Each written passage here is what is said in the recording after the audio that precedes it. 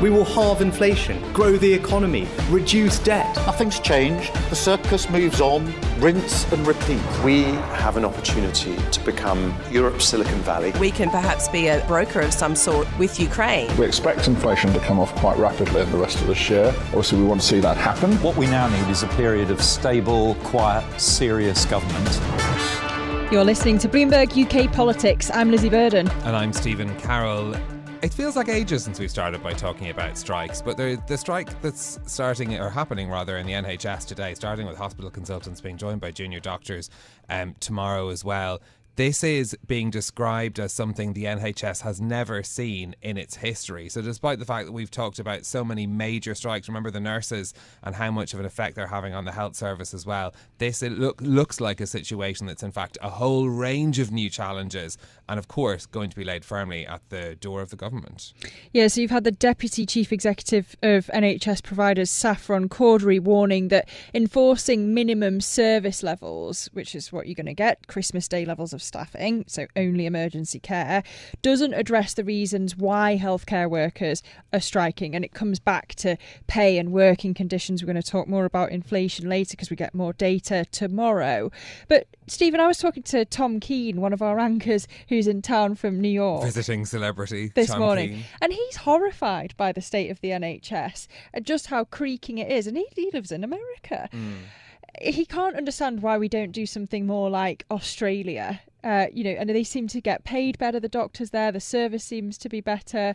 It's just one of these questions, I had to explain it to him, that you kind of just don't touch the NHS. I know that's a broader question, but it is a bigger question when you have an ageing population. It's one that I feel is going to keep coming back, the pay for workers and just these difficult conditions. I'm not sure when these strikes are going to stop. I mean, there are so many philosophical arguments to be had about how you create a health system anyway. And the fact is that the UK has, first of all, a system that's been around for a very long time, is in many parts of the world still very highly respected, but faces challenges like all health systems do, particularly in Western Europe, where we have this history of having cheap or free healthcare provided at taxpayers' expense. It's extremely difficult to run. People don't fall in a methodical way that you can predict easily, which means that you're always going to have pressures on the systems at different times. This is, though, very much a story about a kind of a today and inflation story linked in with the much more systemic challenges that a system like the NHS faces, and the government's response, of course, under pressure from so many other kinds of strike actions as well, is to talk about launching a consultation to introduce the minimum service levels, the sort of thing they've already done when it comes to the likes of firefighters and teachers, to try and qualify them as being an essential service, to limit the amount of strike action they'd be able to actually hold in future as well. So, I mean, the politics around this is fascinating as well, and definitely something that we'll continue to watch as we see how ministers deal with what will be, as we're being told, an unprecedented level of disruption to the health service over the next couple of days. Another consultation, Feels a lot like Yes, Minister. Indeed. Well, let's bring you to a different story now, and the latest on the controversy over so-called debanking. You remember us talking about this story a lot over the past couple of months. Back in August, the Treasury called on the Financial Conduct Authority to urgently investigate the scale of debanking after the outcry that followed the closure of Nigel Farage's account with Coutts. The review found, though, that no evidence that politicians are being denied bank accounts due to their views. Our finance reporter Will Shaw, who's been covering this story with us for months now, joins us with the latest on this story. Well, let's just go back in time a little bit first, just to remind us of the background to all of this as well. How did the FCA inquiry come about? So Coutts, which is a unit of NatWest, closed Nigel Farage's bank account a few months ago. They said that was effectively a commercial decision. He acquired information from Coutts through subject access requests, showing that they had concerns about some of his political opinions. They noted a perception that he was a disingenuous grifter, and they felt that his views did not align with those of the bank. That caused an enormous hoo-ha. It toppled a couple of very senior executives at NatWest, and the FCA was then told to conduct an inquiry, not into exactly what had happened to Nigel Farage, but into debanking by banks in general, and that's what we've had the results of today. So what were those results then? So, very broadly, the FCA says that information supplied by banks and other financial firms suggests that no firm closed an account between July last year and June this year, primarily because of a customer's political views. And by far the most common reasons that the banks gave to the FCA for closing or suspending accounts was because those accounts were dormant or there were concerns about financial crime. There's a couple of things to note here. First of all, this information is based on self-reporting by the banks rather than a thorough investigation by the FCA. The FCA itself noticed that its inquiry was speedy and that more work is needed. Also, the findings say that banks haven't closed accounts primarily for political reasons, which leaves open the possibility that banks are considering people's political beliefs and being influenced by those in these decisions, albeit they might not be the primary reasons for closing an account.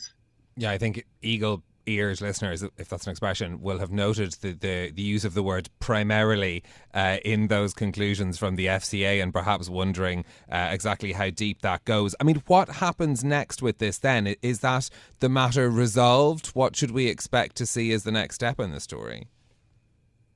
I mean, I think one of the immediate questions is, like, how big can this issue become again, like a few months on, and how much mileage will Nigel Farage get out of it? I spoke to him on the phone this morning.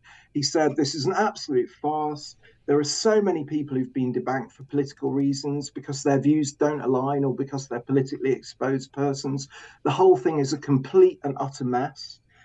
He says he's very keen to get the view of Andrew Griffith on what the FCA has said. Now, Andrew Griffith is the Economic Secretary to the Treasury. Nigel Farage will be hoping, I think, that factions within the UK government that are sympathetic to his cause will get stuck on this issue once again. Whether or not that's going to happen, I don't know. Well, yeah, I spoke to Andrew Griffith right after Alison Rose quit as the boss of NatWest over this issue, and he really wanted to take credit for the government being on the side of free speech in all of this. But speaking of Alison Rose, Will, if the FCA has found that there's no evidence of politicians being denied bank accounts due to their political views, does that then mean that Alison Rose has quit in vain? I think that's a really good question. I mean, I think the key point here is that the FCA is reporting back to the public what banks have told it. And so it's saying that banks, implicitly including NatWest, have told the FCA that they haven't been closing bank accounts due primarily to political reasons. That kind of mirrors what we know NatWest has already said about this case. So it doesn't really take it any further than NatWest's existing position. Secondly, they don't really engage with the Alison Rose, Nigel Farage question. They keep it very, very broad. They're talking about the banking industry in general. I mean, I think everyone would really like this to be a report into what exactly happened at Coutts and NatWest about Nigel Farage. Unfortunately, this isn't that report. This is just a very broad assessment of what banks say that they're doing. Now, I think it's really key to note that if banks admit that they have been denying accounts primarily for political reasons, that would breach the UK's payment accounts regulations. So there's a really strong incentive here for banks to tell the FCA that they haven't primarily been closing banks for political reasons. Of course, part of this controversy is that it reopened the debate over what being a politically exposed person was and what that meant when it came to banking. Is this likely to contribute to that debate further? Oh, I feel like we're quite far away from the question of politically exposed persons. I mean, so initially that's what this story was about. But then once Nigel Farage released his documents, it became clear that they weren't concerned that he was politically exposed.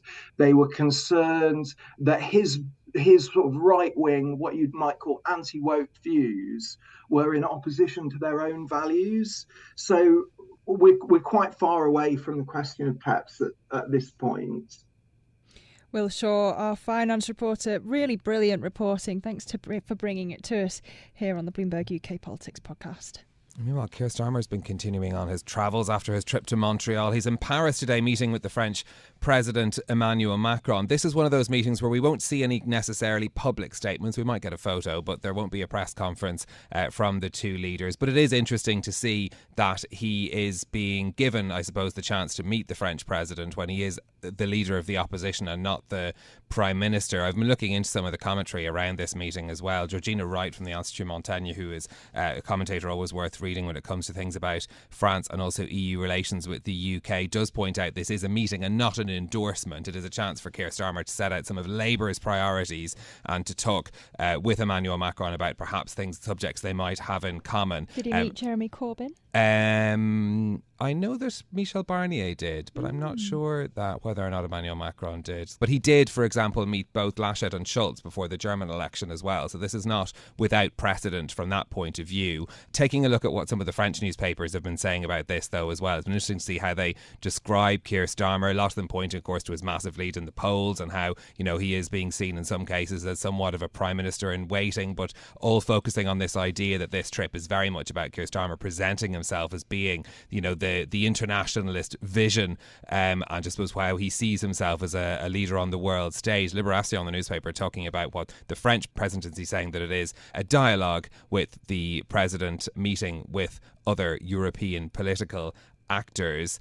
The financial newspaper Les Echos has been talking about some of the Brexit issues that we know that Keir Starmer definitely wants to bring up if he does win the next election. We talked about that on the programme yesterday as well, and the idea that Keir Starmer, of course, will want to try and talk about some of the substantive issues that he wants to see changed in the EU's trade deal with the UK, the Trade and Cooperation Agreement, ahead of the next review that's set to come up at the start of 2026. This is something that allows the chance, I suppose, for this discussion to happen away from the cameras, perhaps to seeing what political ideals they may share in common, of course, all ahead of the visit of King Charles to France in the coming days as well. So watch to see what might come out of that meeting happening in Paris. So, Stephen, this is all happening while a new report from the think tank UK in a Changing Europe says that Keir Starmer might struggle to achieve his goal of a beefed up trading relationship with the EU.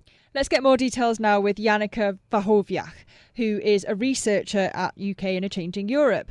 Thanks for being with us, Jannike. I mean, we talked about this issue yesterday on the programme. We played our interview with Michel Barnier, who pointed out that a review doesn't necessarily mean changes to the Trade and Cooperation Agreement.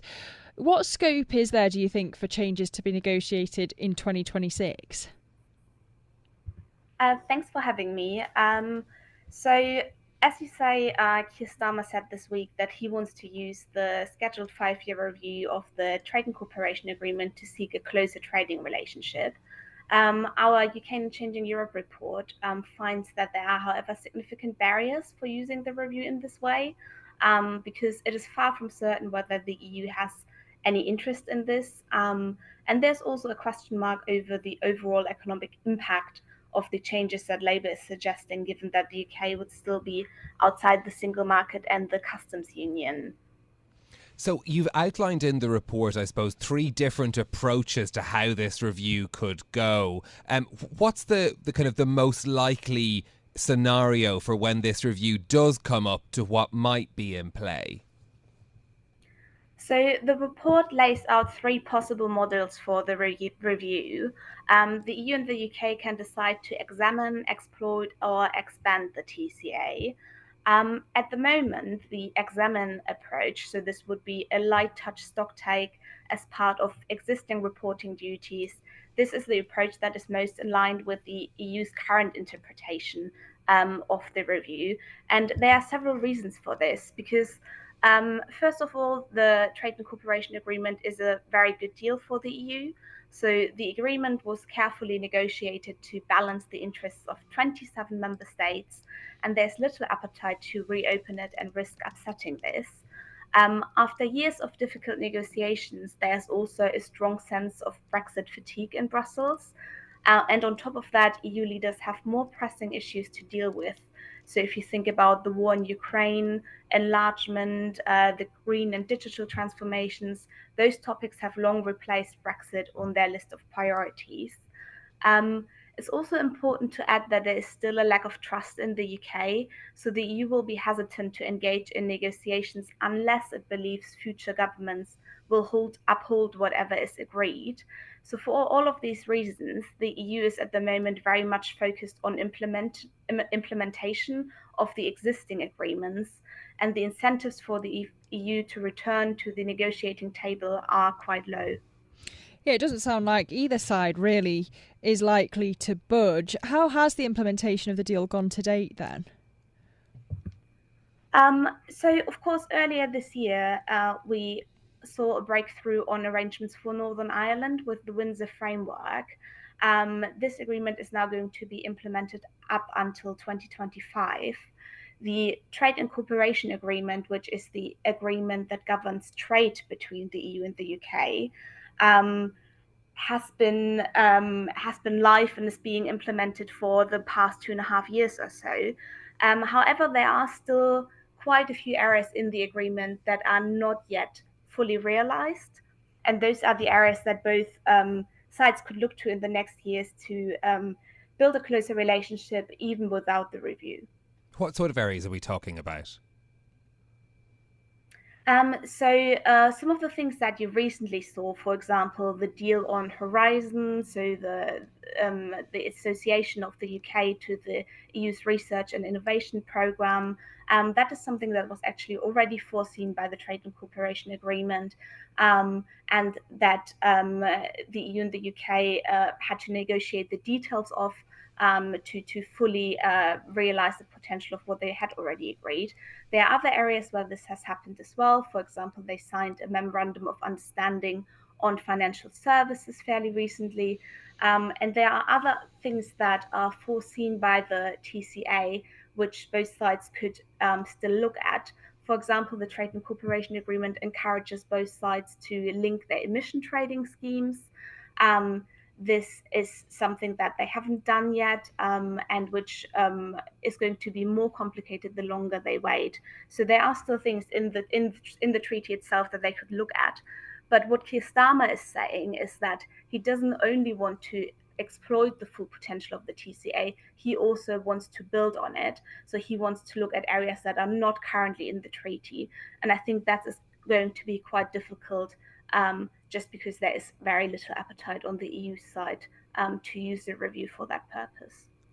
Yeah, I wondered in the topics that he mentioned that he wanted to see greater cooperation, things like the veterinary agreement or recognition of professional qualifications. Those are quite specific issues. Has he strategically chosen those because there is a potential for progress already?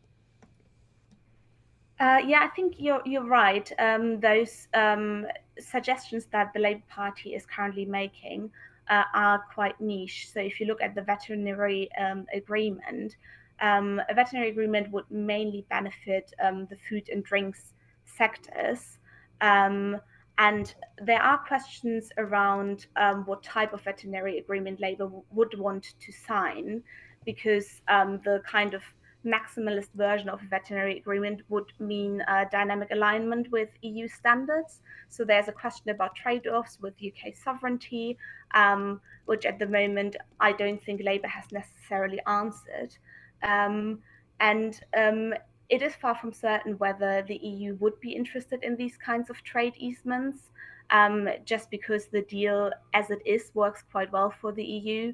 The EU has a surplus in trade with the UK, and the trading part of the agreement works quite well. So I think any future government that wants to build on the deal has to think about the balance of interests, and not only what would benefit the UK, but also what would be in the interest of the EU. And I think that would lead us more to topics like culture, youth mobility, foreign and security, rather than trade easements. So, Jannike, when we listen to politicians from both the left and the right, it seems that there's now a consensus that trade relations with the EU need to be improved. And as you say, there are negotiating constraints that any government would face. Do you actually see significant differences between Labour and the Conservatives' plans when it comes to this review? I think what's interesting is that actually the Conservative government hasn't really said anything about the review itself or how it would want to use the review. So Labour has been more outspoken on the review. And they've also been clear that they would want to build on the current agreement with the things that we already discussed, the veterinary deal. They've also said they want a security pact with the EU, so a more formalized relationship on foreign and security policy. But you're right, there's one thing where both parties are very similar, and that is when it comes to kind of the red lines within which they operate. So both parties have been very clear that they want to stay outside of the single market and the customs union. And that, of course, kind of sets the tone for the type of relationship that they want to have with the EU in trading terms, which is still going to be quite distant. Jannike, does the UK have anything to give in these negotiations? You've talked about how this is quite a good deal for the EU, but perhaps are there any incentives that we could think about that whoever is going to be conducting this review with the EU in a couple of years' time, that they might be able to, I suppose, encourage the EU to perhaps come to an agreement on some of the topics we've been talking about? So I think some of the areas where the EU could be interested in a closer relationship are probably youth mobility, so that's opportunities for students, au pairs and school groups, and also a closer relationship on foreign and security policy. That being said, I'm not necessarily sure it's going to be easy to come to an agreement in those areas either. If you look, for example, at youth mobility, where particularly those EU member states that have traditionally sent high numbers of students and so on to the UK would have an interest. Here, the UK could sign deals with individual European governments, and it seems they have already approached some of them. However, the baggage of the Brexit years means that the European Commission is likely to claim some sort of oversight and will press for an EU-wide arrangement to ensure the same conditions for all EU member states.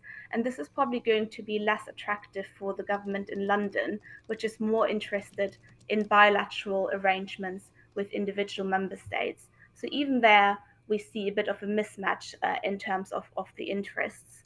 The area of foreign and security policy could be potentially easier, but only if the UK government was interested in actually a more institutionalized relationship, which we know during the Brexit negotiations, the government under Boris Johnson rejected.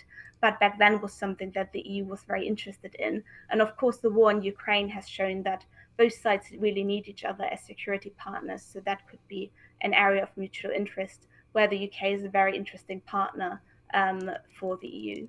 Yeah, okay, well, look, plenty to discuss anyway between now and 2026. Jannike Wachowiak, the researcher at UK in a Changing Europe, thank you so much for joining us with the details of your latest report. And for anyone who's really loves detail as much as I do, there had been this debate of whether it was a 2025 or 2026 review, but reading in detail this UK in a Changing Europe report, it's because the deal that was signed at the end of 2020 and would have a 5-year review, but the deal didn't come into force until the 1st of January 2021, which is why it's actually a 2026 review and not 2025.